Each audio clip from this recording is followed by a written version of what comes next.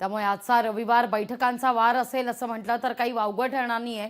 कारण एकीकडे सेना भवनात ठाकरेंच्या शिवसेनेची बैठक आहे, तिथं भाजपची नागपूरमध्ये राष्ट्रीय स्वयंसेवक संघ यांच्या समवेत बैठक होतीये. या बैठकीमध्ये भाजपकडून मुख्यमंत्री देवेंद्र फडणवीस आणि महसूल मंत्री चंद्रशेखर बावनकुळे सहभागी होत आहेत. RSS आणि त्यांच्याशी निगडीत प्रमुख संघटना आणि भाजप यांच्यातील समन्वय समितीची नागपूरमध्ये रेशीमबागमध्ये बैठक होतीये. याकरता आपण दृश्य पाहतोय. मुख्यमंत्र्यांचा ताफा या ठिकाणी पोहोचलेला आहे रेशीमबागमध्ये. सुधीर मुनगंटीवार सुद्धा त्या ठिकाणी उपस्थित, तर चंद्रशेखर बावनकुळे सुद्धा या बैठकीकरता सध्या दाखल झालेले आहेत.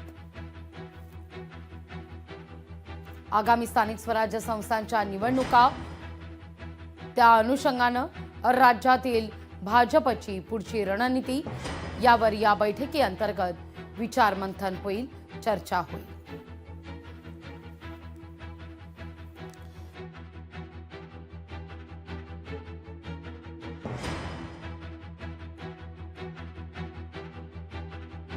तर आपण पाहतोय या ठिकाणी राष्ट्रीय स्वयंसेवक संघाची ही आता बैठक सुरू होतीये.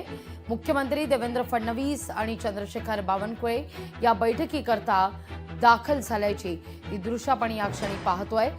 या बैठकी अंतर्गत आगामी स्थानिक स्वराज्य संस्थांच्या निवडणुकांवर चर्चा होणार आहे, रणनीती ठरणार असल्याचं म्हटलं जात आहे. अधिक माहिती घेतोय आपले प्रतिनिधी ज्ञानेश्वर पवार यांच्याकडून.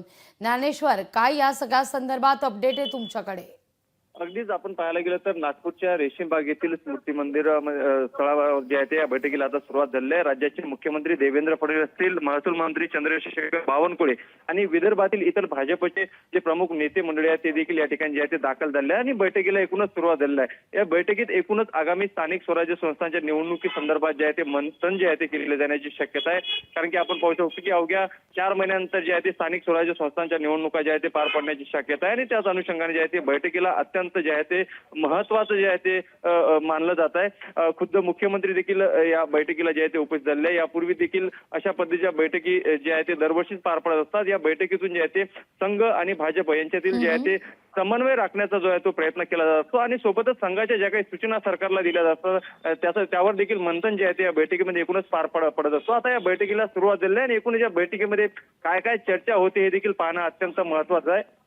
कारण की या स्थानिक स्वराज्य संस्थांच्या निवडणुकीच्या पार्श्वभूमीवर देखील या बैठकीमध्ये जे आहे ते चर्चा होणार असल्याची जी आहे ते शक्यता वर्तवली जात आहे. अगदी ज्ञानेश्वर, तुर्तास धन्यवाद तुम्ही दिलेल्या एकूणच या सविस्तर माहिती करता.